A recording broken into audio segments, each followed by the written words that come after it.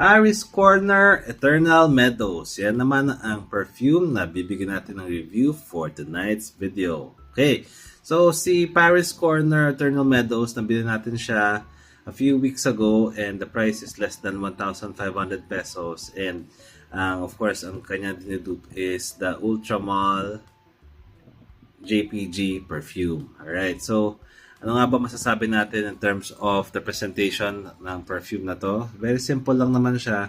Color green, tapos meron siyang cap na parang pollen, and then atomizer is color gold. Okay, so doesn't stand out. Very simple lang naman siya, pero you know, pagtsatsaguan mo na kasi nga price is 1,500 pesos. Okay, so that's it for me in terms of the presentation.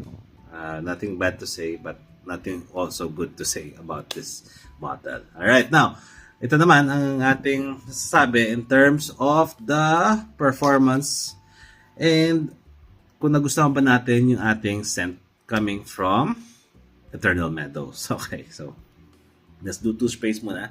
Okay, tama-tama yung buga. Okay. And masasabi ko sa inyo, nagustuhan ko talaga siya. As in, I've been using this for the past couple of days. Ito yung isa sa mga perfume na lagi natin dala sa office. And, ay, grabe talaga. Ganda-ganda ako sa opening niya. Na lavender, na halo ng vanilla, ng amber. And powdery pa siya. Alam mo yung parang baby powder na amoy. Na pinaghalo ng vanilla. Ang tamis, ang sweet. Na-imagine ko ito yung parang umiinom ka ng coffee sa Starbucks tapos naamoy mo yung coffee sa paligid mo. Alright, tapos naka-aircon ka, tapos nagbabasa ka ng dyaryo or ng cellphone mo, you know. Ayun yung experience ko dito. Na-imagine ko lang. But in terms of the performance, okay, projection-wise, I'd say 4 to 5 feet. Okay, kasi nga pagka gamit ko to, naamoy ko ng mga tao, they say that they're able to smell this scent. Okay, and then in terms of longevity naman, I'd say around 4 hours. Yan, nagpro-project siya ng okay na okay, maganda yung projection niya.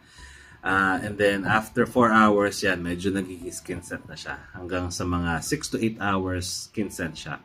So, probably, pagdating ng 5 hours, you have to reapply the perfume already kung gusto niyo maamoy ulit. Pero kung okay na kayo sa skin scent, yan, pwede nyo nang hindi na siya i-reapply ulit.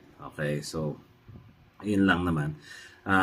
Sillage naman, ganun din. Around 3 to 4 feet na iwanan talaga yung naamoy mo yung perfume. Sasabi nila na pag dumadang ka, ayun, mabango talaga yung kanyang scent.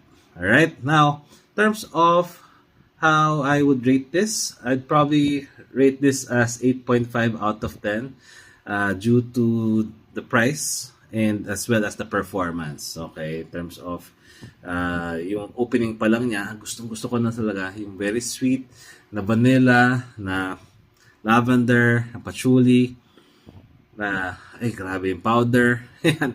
Ang ganda ng kanyang combination. I think this is one of those perfumes na I could really recommend that's less than 1,500 pesos. So, yun lang. If you're interested in this perfume, you can probably look at some of our sellers online and as well as some perfume shops available dito sa Metro Manila. Okay?